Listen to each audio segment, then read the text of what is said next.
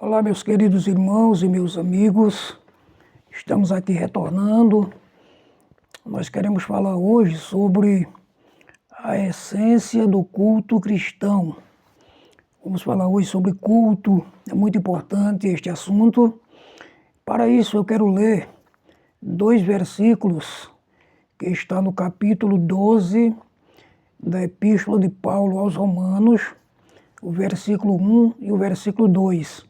Que diz assim: rogo-vos, pois, irmãos, pela compaixão de Deus, que apresenteis os vossos corpos em sacrifício vivo, santo e agradável a Deus, que é o vosso culto racional. E não sede conformado com este mundo, mas sede transformados pela renovação do vosso entendimento, para que experimenteis qual seja boa, agradável e perfeita vontade de Deus. Muito bem, nós queremos aqui dizer que o culto cristão é aquele momento solene, eu diria, de encontro de Deus com o seu povo para prestar um serviço a Ele, uma adoração a Ele, adoração esta que somente Ele merece. Então, o momento do culto é um momento muito especial, é um momento muito solene, e a gente sabe perfeitamente que desde o Antigo Testamento, o culto é este espaço, é este momento em que o povo de Deus se achegava para o Senhor para render-lhe adoração em reconhecimento daquilo que Ele é. Então, o nosso Deus, Ele é Senhor, Ele é Deus, Ele é grande, Ele é soberano, enfim. Então, a gente se reúne para prestar-lhe adoração, prestar-lhe reverência. Então, quais os elementos do culto? Bem, no culto existe oração, existe a ministração da palavra, não pode faltar, existe o louvor, não é? Aquele louvor que de fato agrada a Deus e que honra a Deus. Existe o ofertório, porque nós não podemos chegar diante de Deus com as mãos vazias. Então o ofertório faz parte também do culto. O culto precisa realmente continuar existindo, e principalmente na atualidade, onde muitas vezes precisamos alugar salões, precisamos pagar aluguel, precisamos cuidar do espaço do culto. Então, na realidade, o ofertório faz parte do culto, testemunhos, enfim.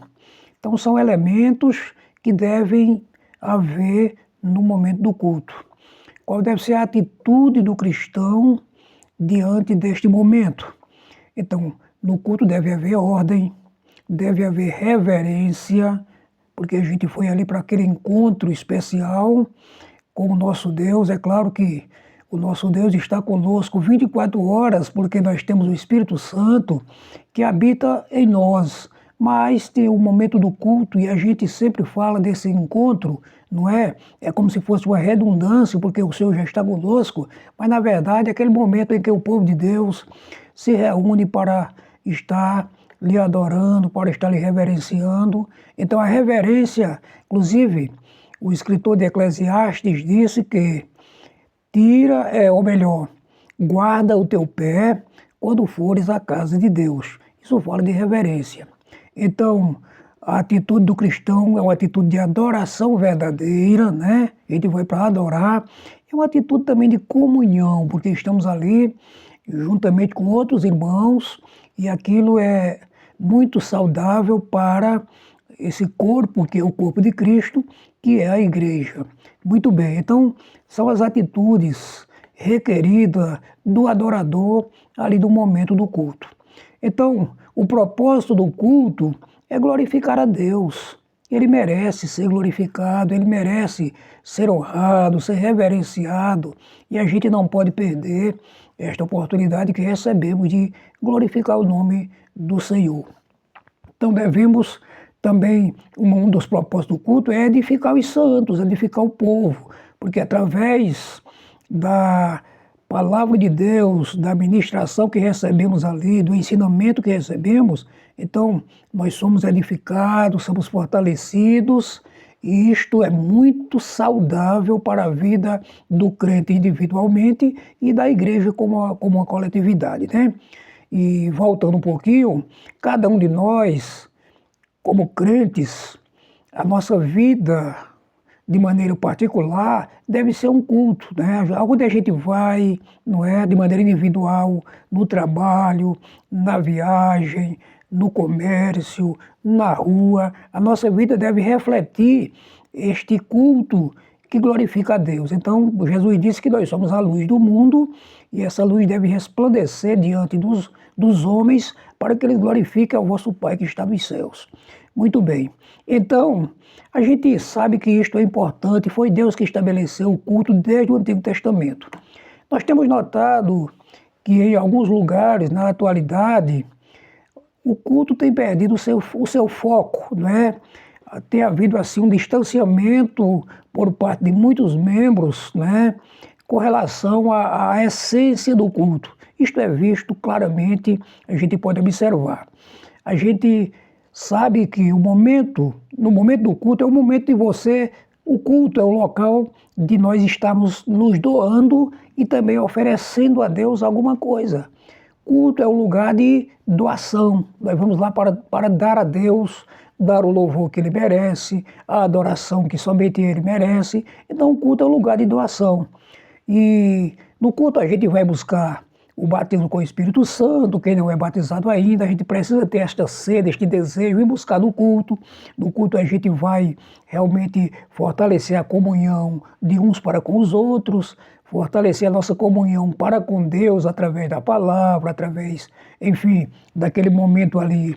Deve ser um momento que venha realmente fazer com que a gente cresça, né? Crescimento na graça e no conhecimento. Então o culto é isso. Mas nós temos visto que a perda de foco se dá exatamente porque muitos hoje só querem ir para o culto para buscar bênçãos. Deus ele dá porque Deus é maravilhoso, mas não é este o objetivo do culto. Nós, infelizmente, temos visto isso acontecer.